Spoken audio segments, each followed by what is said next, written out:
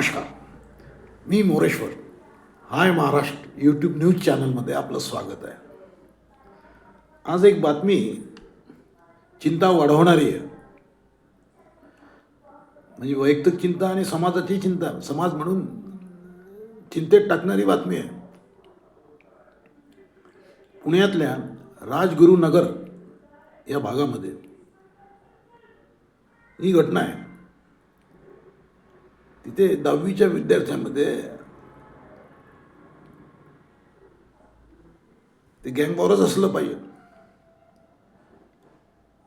कारण भर वर्गात ते कोचिंग क्लासेसचं प्रकरण आहे.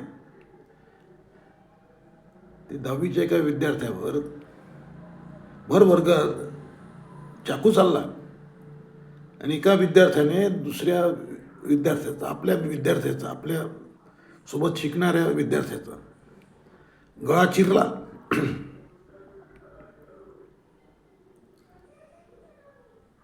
म्हणजे कल्पना करा तुम्ही, दोघं एकत्र शिकताय, त्यांच्यात भांडणं झाली आहेत. भांडणं होतातच मुलांमध्ये, आणि शाळकरी मुलामध्ये जोरदार भांडणं होतात.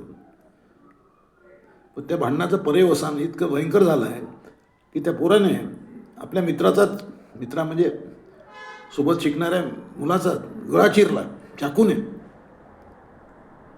त्यात त्या पोराचा मृत्यू झाला. ती पोलीस केस झाली, त्यात ते सर्व काय व्हायचं ते होईल. तू 10वीचा पोरगा चाकू जवळ ठेवतो, हा काय प्रकार आहे? म्हणजे शाळेतली पोरं सोबत चाकू ठेवायला लागली तर आपण कुठला समाज निर्माण करतोय? या पोराचं वय जे आहे, आरोपी जो आहे, त्याचं वय 16 आहे. 16व्या वर्षी त्या पोराला कुठलं त्याचं ब्रेन वॉशिंग झालं की त्याचं सोबत चाकू ठेवायला लागला. विरोध करणाऱ्या विद्यार्थ्याला संपवायला निघाला. हे आपलं शिक्षण आणि सर्व समाज आणि एकंदरीत वातावरण, सर्वांवर प्रश्नचिन्ह निर्माण करणारं हे वातावरण आहे. अमेरिकेत असं होते, असं आपण ऐकतो, वाचतो. अमेरिकेत पोरं बंदुका सोबत ठेवतात, बंदुका घेऊन फायरिंग करतात.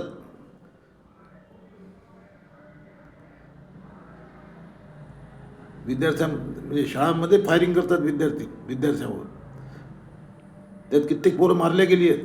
म्हणजे अशा अनेक बातम्या आल्या आहेत मग अमेरिकेतून. पण आपण कुठली व्यवस्था निर्माण करतोय मग या मुलांसाठी? अमेरिकेसारखी व्यवस्था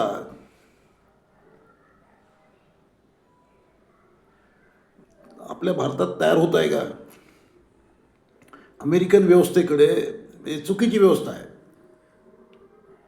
जिथे बंदुकीचं लायसन, म्हणजे आपल्याकडे जसं फटाके फोडायचं लायसन, तसं तिकडे बंदुकीचं लायसन आहे, सहज मिळते. तसल्या व्यवस्थेकडे आपला भारतीय समाज निघाला आहे का? तर शाळेतल्या पोरांचं वय जे असते ते असं फुलपाखरासारखं असते. ते आजूबाजूला जे पाहतात त्यातून ते तशी वागतात. असं हल्ली मोबाईल आला आहे प्रत्येकाकडे. ते मोबाईलमध्ये ते काय पाहतात आणि काय नाही पाहत, हाही संशोधनाचा विषय आहे. चुकीचं आकर्षण या मुलांना मिळत आहे का? चुकीच्या गोष्टीकडे हे मुलं धावत आहेत का?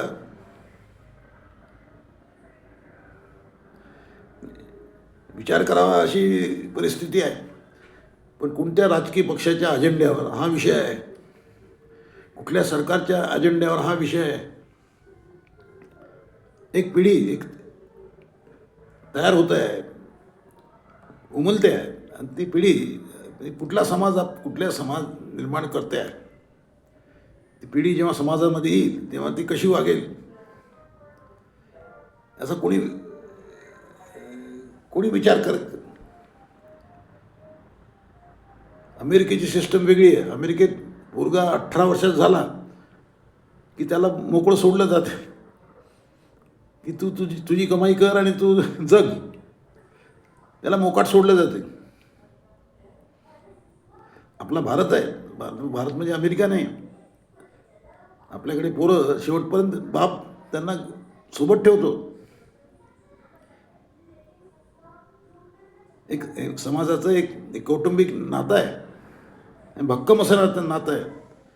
भावनिकही आहे आणि ते परंपरेने चालत आलेलं आहे. त्या नात्यामध्ये हे असं भयंकर घडायला लागलं आहे. त्यामुळे सर्व चिंता वाढवणारी ही घटना आहे आणि पुण्यातली आहे. किरकोळ वादातून हा प्रकार झाला असं पोलीस सांगतायत. ती किरकोळ वादातून अशा कोणता वाद आहे की त्याची किरकोळ वादातून पोरं इतके तावा ते यावेत. त्याने आपल्या मित्र म्हणजे सहकारी गळा चिरावं. एकाच शाळेत शिकणारी पोरं आहेत आणि मिशी फुटण्याच्या आधीच हा पोरगा चाकू जवळ ठेवतो. जवळ नाही ठेवत, चालवतो. चाकू चालवायला शिकलेला आहे तो. याचा अर्थ समाज कुठे निघाला आहे. हे आपल्या राजकारण्यांनी, आपल्या समाजशास्त्रज्ञांनी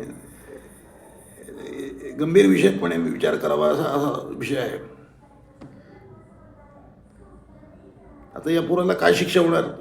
चाकूने गळा चिरला मित्राचा, काय शिक्षा होणार? हा 16 वर्षाचा आहे. तर कायद्याने विचार केला तर त्याला काय सुधारगृहात ठेवतील. त्यांनी सुधारावं, चांगलं व्हावं असा प्रयत्न सुधारगृहात काय सरकारी पद्धतीने ठेवतील तिथं. त्यातून तो कसा तयार होईल ते भगवान जाणे. परंतु या अशा पोरांसाठी आणि अशा गुन्ह्यांसाठी काहीतरी वेगळं विचार करायची वेळ आलेली आहे.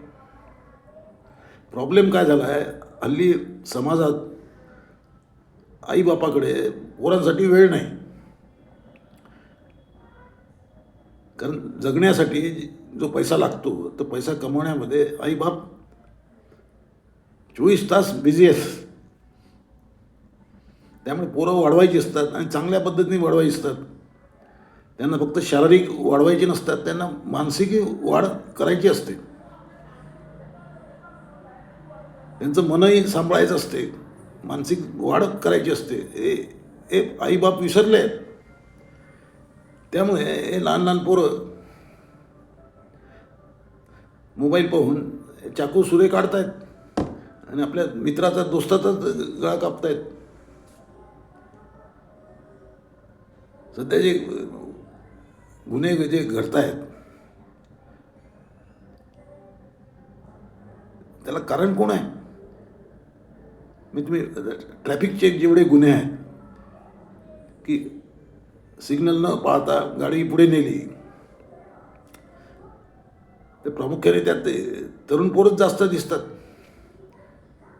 हे 14-16 वर्षाच्या वयाची पोरं लायसन मिळाले नसताना गाड्या चालवतात आणि मग ॲक्सिडेंट करतात. आता हा पूर्ण म्हणजे